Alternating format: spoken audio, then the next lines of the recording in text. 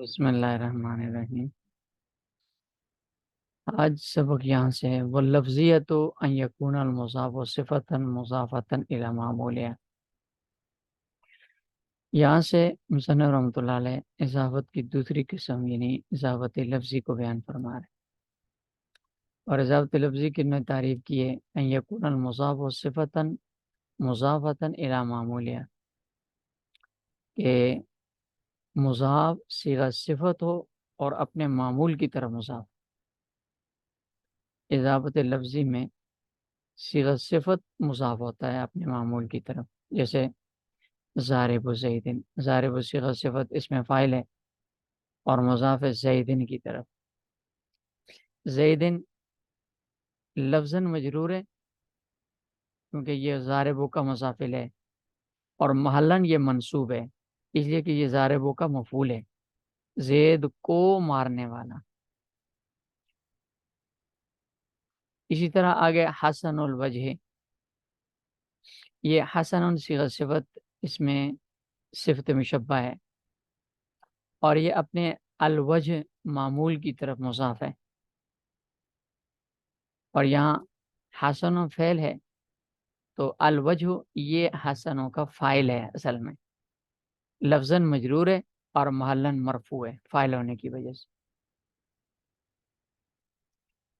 ولا تفید الا تخفیفا فی اللفظ، یہ مصنف رحمۃ اللہ علیہ نے اضافت لفظی کا فائدہ بیان کیا ہے کہ اضافت مانوی جس جو کا کل سبق میں ذکر ہوا تھا کہ وہ دو فائدے دیتی ہے، کہ اگر مضاف الیہ معرفہ ہوا تو مضاف کو معرفہ کر دے گی، اور اگر مضاف الیہ نکرہ ہوا تو مضاف کے اندر تخصیص پیدا کر دے گی۔ اور اضافت لفظی صرف ایک فائدہ دیتی ہے اور وہ تخفیف فی لفظ کا، لفظوں میں تخفیف حاصل ہوتی ہے۔ لفظی تخفیف کے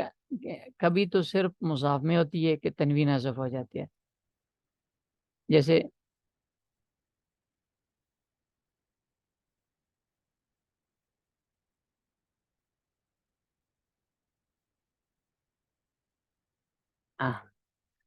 تو صرف مضاف کے اندر ہوگی تخفیف حذف اس میں، جیسے بھی مثال گزرا ضارب و زیدن میں، اس مثال میں ضارب سے تنوین حذف ہوئی، اصل میں تھا ضاربن لزیدن، لیکن جب اس مضاف کیا تو ضاربن سے تنوین حذف ہوگی۔ اور حسن الوجہ اصل میں تھا حسن وجہہ، تو حسن سے تخفیف میں تنوین حذف ہوئی اور مضاف الیہ سے تنوین یہ کیا کہتے ہیں اس کو، ضمیر تھی اس ضمیر کو حذف کر دیا۔ تو کبھی صرف مضاف کے اندر ہوتی ہے کہ اس سے تنوین حذف ہو جاتی ہے، یا تثنیہ جمع کا جنون ہوتا ہے وہ حذف ہو جاتا ہے، جیسے ضارب زیدن کو تثنیہ بنائیں ضاربا زیدن، جمع بنائیں ضاربو زید۔ اور کبھی مضاف الیہ سے میں تخفیف ہوتی ہے کہ اس میں ضمیر ہوتی وہ ضمیر حذف ہو جاتی ہے، اور کبھی دونوں کے اندر تخفیف ہوتی ہے، جیسے الحسن الوجہ، حسن الوجہ ہے نا، اس پہ حسن پہ الف لام لگا دیں تو الحسن الوجہ۔ ومن ثم جاز مررت برجل حسن الوجہ،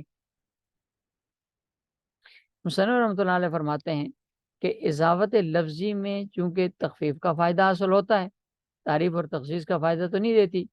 اس لیے مررت برجل حسن الوجہ یہ کہنا جائز ہے کہ اس میں موصوف یہ جو رجلن ہے، مررت برجلن میں گزرا ایسے آدمی کے پاس سے، حسن الوجہ جس کا وہ تھا چہرہ خوبصورت تھا۔ اب اس میں موصوف اور صفت کے درمیان مطابقت پائی جاتی ہے، کیونکہ رجلین موصوف نکرہ ہے اور حسن الوجہ یہ اضافت ہے، لیکن اضافت کی وجہ سے حسن معرفہ نہیں ہوا،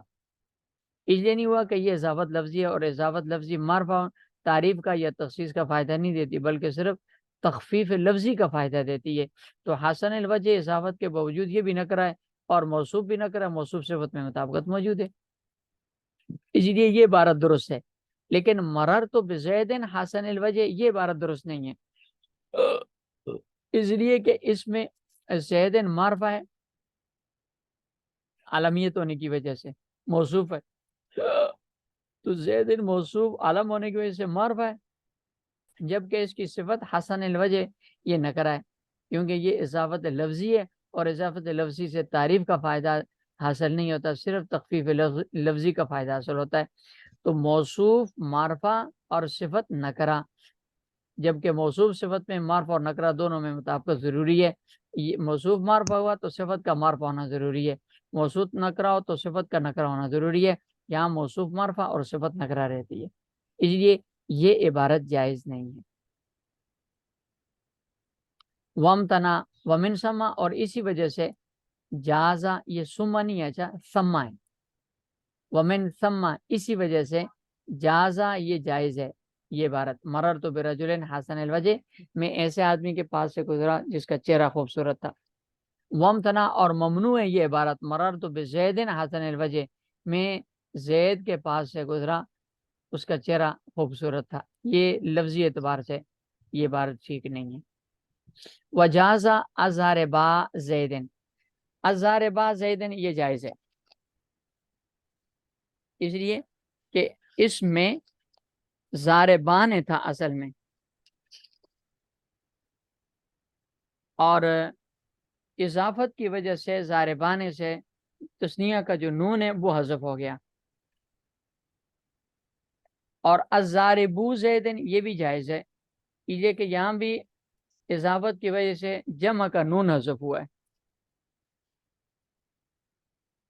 الزاربا، کیونکہ الف لام جو داخل ہے، الف لام کلمے میں تسنیہ کا جو نون ہو اس کو، یا جمع کا جو نون ہے اس کو ختم نہیں کرتا، الف لام صرف تنوین کو ختم کرتا ہے، اور یہاں تخفیف تنوین کے اعتبار سے نہیں ہے، بلکہ یہاں تخفیف تسنیہ جمع کے نون کو حذف کرنے کے اعتبار سے، اور وہ تخفیف پائی جا رہی ہے،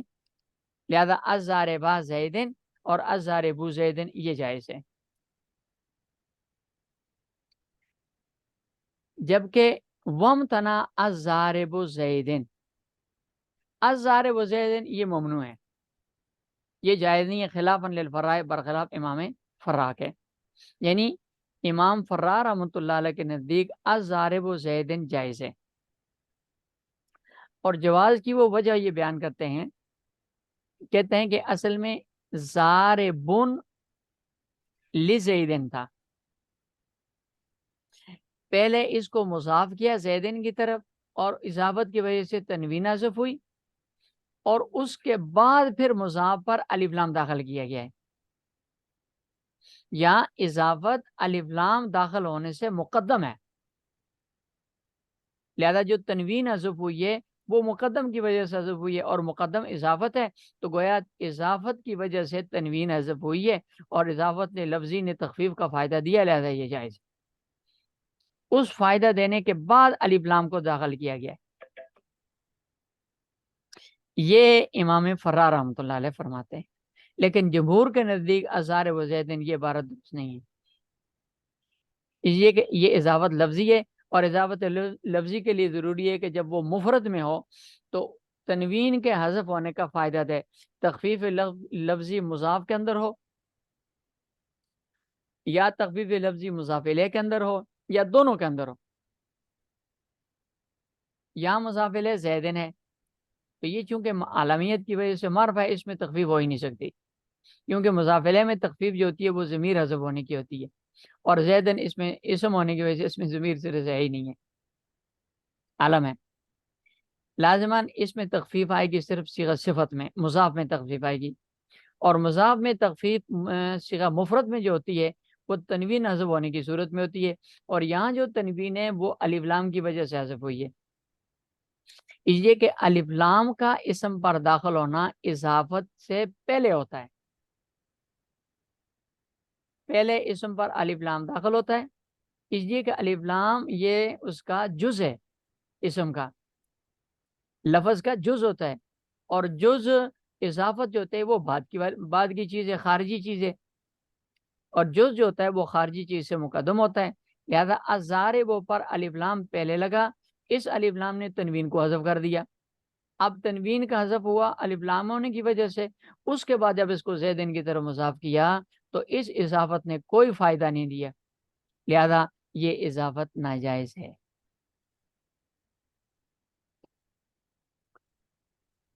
اچھا، خلافاً للفرائض اور بخلاف امام فرا کے۔ چلیں وضع فائزہ سے انشاءاللہ کل پڑھیں گے۔ یہ آگے ایک اشکال کا جواب ہے، وہ اشکال تھوڑا سا لمبا ہو جائے گا، تو وہ کل پڑھ لیں گے انشاءاللہ۔